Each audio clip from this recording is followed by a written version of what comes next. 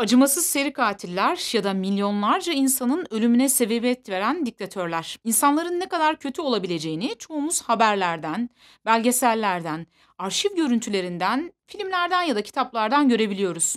Çoğumuz için bu tür uç insanlarla karşılaşmak oldukça düşük bir ihtimal. Ancak yine de toplumda bu uç insanlarla benzer kişilik özelliklerini daha düşük seviyelerde gösteren kişiler mevcut ve bu kişiler dikkat çekmeden yaşamlarını sürdürüyorlar. Karanlık üçlü terimi psikolojide bazı ortak kötü niyetli özellikleri paylaşan ancak temelde birbirinden farklı olan 3 negatif kişilik özelliğine karşılık gelir. Bunlar narsizm, makyavelizm ve psikopatidir. Bu videoda önce kısaca bu 3 kişilik özelliğine ve karanlık üçlüye değineceğiz. Ardından uygulayacağımız mini bir testle karanlık üçlüye ne kadar sahipsiniz bunu görebileceksiniz. Daha sonra ise karanlık üçlünün karşısında yer alan aydınlık üçlüden bahsedeceğiz. Böylelikle karanlık tarafta mısınız yoksa aydınlık tarafta mı? Bunu görebileceksiniz. Karanlık üçlünün birincisi narsizm. Narsizm bir su birikintisinde kendi görüntüsünü gören ve buna aşık olan ve sonunda da boğularak ölen Narsisus mitinden gelmektedir. Kısaca narsist insanlar kendini aşırı derecede beğenen, kibirli, bencil, empatiden yoksun ve eleştiriye karşı aşırı duyarlı kişilerdir. Üçlüde ikinci kenarımız Makyavelcilik. 16. yüzyıl siyasetçisi ve diplomatlarından Niccolo Machiavelli'den gelmekte. 1513'te yazdığı kitabı Prens'te siyaset alanındaki kurnazlıklardan ve aldatma sanatlarından bahsediyordu. Kısaca hedefe doğru giderken her yol mübahtır anlayışı olarak da özetleyebileceğimiz Makyavelcilikle ilişkili kişilik özellikleri arasında kişisel çıkarı için her şeyi yapabilme, bencillik, diğerlerini manipüle etme, ikiyüzlülük ve empatiden yoksun olma görülebilir. Karanlık üçlüde üçüncü kenarımız psikopati. Psikopat kişilerin özelliklerine baktığımızda daha önce başka bir videomuzda da detaylı bir şekilde anlatmıştık hatırlarsanız. Diğerlerinin acılarına, diğerlerinin duygularına karşı duyarsız olma, dürtüsellik, dürtülerini engelleyememe, empatiden yoksun olma, çok kolay bir şekilde yalan söyleyebilme, hatta kronik olarak yalancılık, empati ve pişmanlık eksikliği ve diğerlerini manipüle etme özellikleri vardı. Peki bir insanda ya da sizde karanlık üçlü özelliklerinden bulunup bulunmadığını nasıl anlayabilirsiniz? Bunun için 2010 yılında Western Florida Üniversitesi'nden Dr. Peter Johnson ve Gregory Webster tarafından geliştirilen karanlık üçlü ölçeğinin maddelerine bir bakalım isterseniz. Bu ölçeğin Türkçe'ye de uyarlaması yapılmış durumda şu an. Biraz sonra size bu ölçekteki 12 maddeyi sayacağım.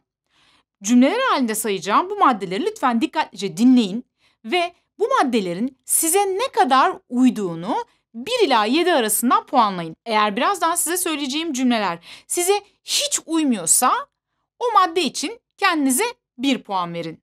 Eğer tamamen sizi yansıtıyorsa, çok uyuyorsa 7 puan verin.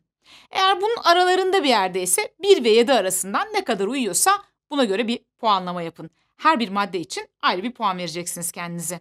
Şimdi cümlelere geçelim. Birinci maddemiz. İstediklerimi elde etmek için insanları manipüle edebilirim. İkinci cümlemiz.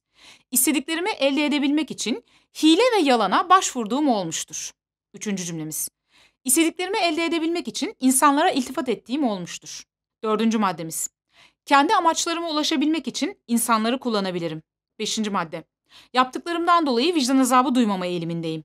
Altıncı maddemiz. Davranışlarımın ahlaki olup olmaması beni ilgilendirmez. 7. maddemiz. İnsanlara karşı kayıtsız ve duyarsız olabilirim. 8. madde. İnsanlara karşı küçümseyici davranışlarda bulunabilirim. 9. madde. Başkalarının bana hayranlık duymasını isterim. 10. maddemiz. Başkalarının beni dikkate almasını isterim. 11. maddemiz. Prestij ve statü sahibi olma eğilimindeyim. 12. maddemiz. Başkalarının bana iltimas göstermesini bekleme eğilimindeyim. Evet, ölçeğimizin maddeleri bu kadar. Her bir maddeye 1 ila 7 arasında bir puan vermeniz gerektiğini söylemiştim. Her bir maddeye 7 puan verseniz dahi en yüksekte 84 puan almış oluyorsunuz. Toplamda aldığınız puan 84'e ne kadar yakınsa, ne kadar yüksekse karanlık üçlü eğilimlerine sahip olma olasılığınız o kadar yüksek demektir. Efendim, kişiliğin karanlık üçlüsü olur da aydınlık üçlüsü olmaz mı? O da olur. Onu da üretmiş araştırmacılar. İnsan doğasında bulunan ve karanlık üçlünün sahip olduğu özelliklerin tam zıttı olan aydınlık üçlüyü belirlemiş araştırmacılar. Buna göre bu aydınlık üçlünün birinci elemanı hümanizm. Yani her insanın saygıyı ve değeri hak ettiği inancı. İkinci kenarımız insanlığa inanç. Yani her bireyin aslında özünde iyi olduğuna dair inanç. Mesela iyi insanların sayısının daha çok olduğuna inanmak gibi. Aydınlık üçlünün üçüncü elemanı kantçılık. Yani diğer insanları kendi amacımıza hizmet eden birer araç olarak görmemek. Yani kendi oyunumuzdaki piyonlar gibi görmemek mesela. Açıklama kısmına koyduğum birkaç tane test linki var. Bunlar tabii bilgi vermesi amaçlı hazırlanmış testler. Bu testleri doldurarak gücün karanlık tarafında mısınız yoksa aydınlık tarafında mısınız daha net görebilirsiniz. Efendim son söz olarak güç sizinle olsun ve mümkünse dengede olsun.